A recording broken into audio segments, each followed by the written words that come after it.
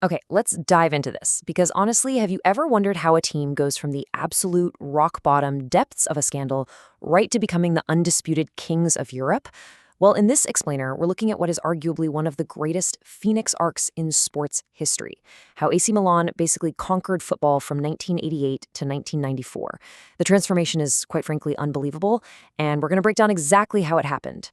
Here's a quick roadmap of where we're going. 1. From scandal to revival. 2. Sacchi's tactical revolution. 3. The three tulips. 4. The ultimate Italian wall.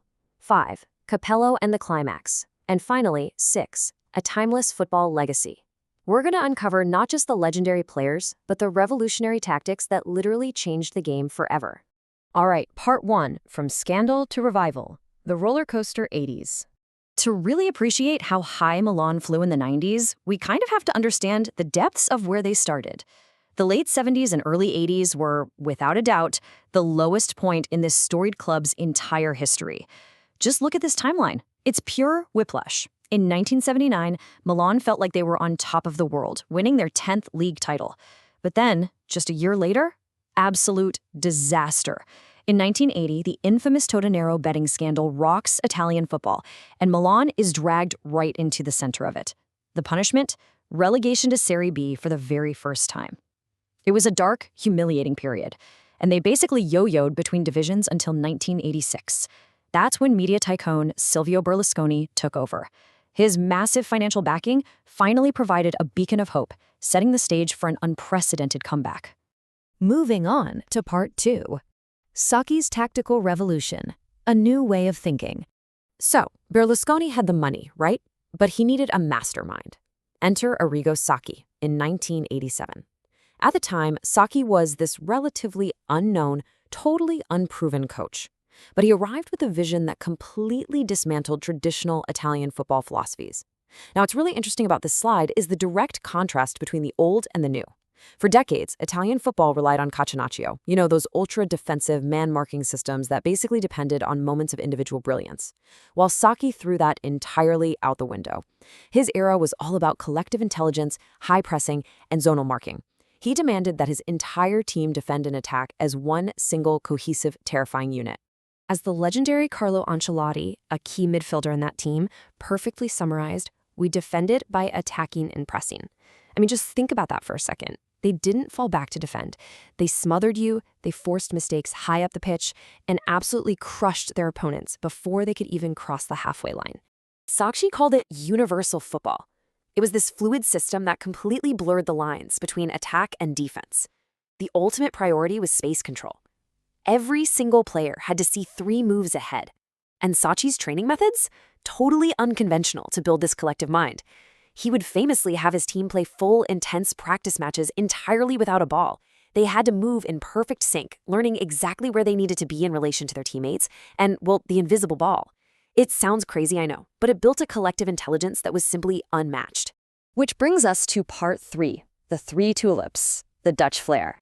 So, Sacchi had the tactical brains, sure, but he needed the on-field executioners to provide that attacking spark. The club looked over to the Netherlands and brought in 3 legendary Dutchmen who would quickly become the heartbeat of the team.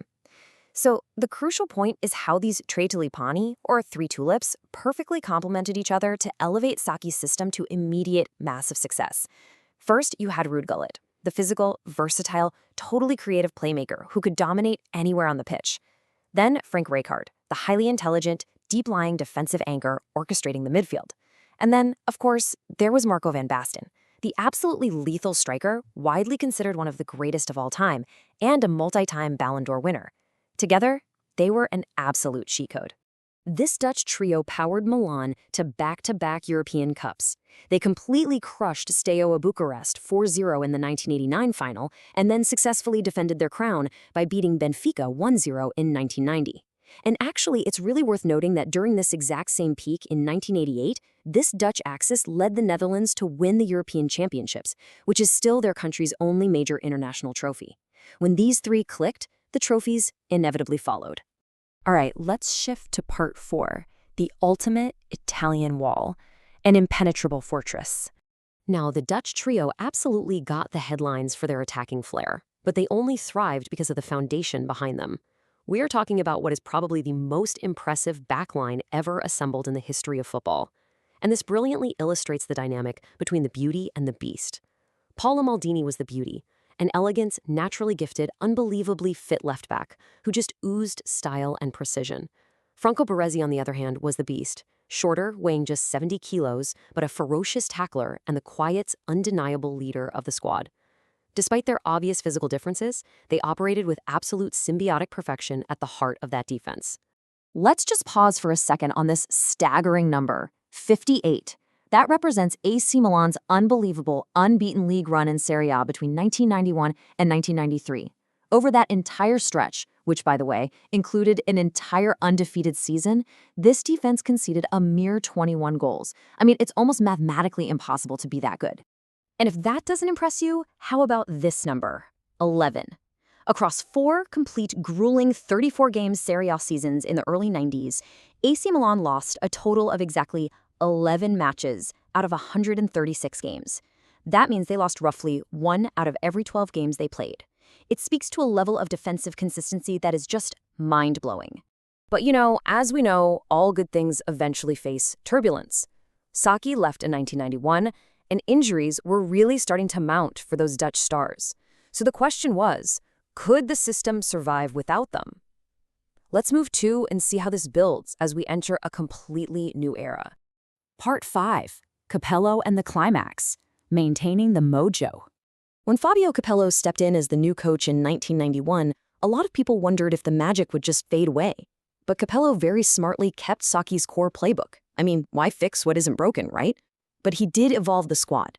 He swapped out the aging Carlo Ancelotti for the fresh legs of young Demetrio Albertini. He also introduced a strict squad rotation approach to keep his players completely fresh and incredibly hungry. These specific adjustments were exactly what the team needed to maintain their iron grip on Italian football, setting new records along the way. This all culminated in the 1994 Champions League final in Athens. Milan was facing Barcelona's formidable dream team, who had just won La Liga for the 4th consecutive time. And Milan, well, they were severely depleted. They were missing the brilliant Marco van Basten to injury, and their captain, the absolute rock of their defense, Franco Baresi, was suspended. Their preparations were in complete disarray. Pretty much everyone wrote them off. 4-0. That is the jaw-dropping final scoreline. Defying all odds, missing their key pillars, Milan stepped onto the pitch and systematically dismantled Johan Cruyff's Barcelona in what remains one of the greatest European Cup final performances ever witnessed. They didn't just win, they made Europe's best team completely submit to their will.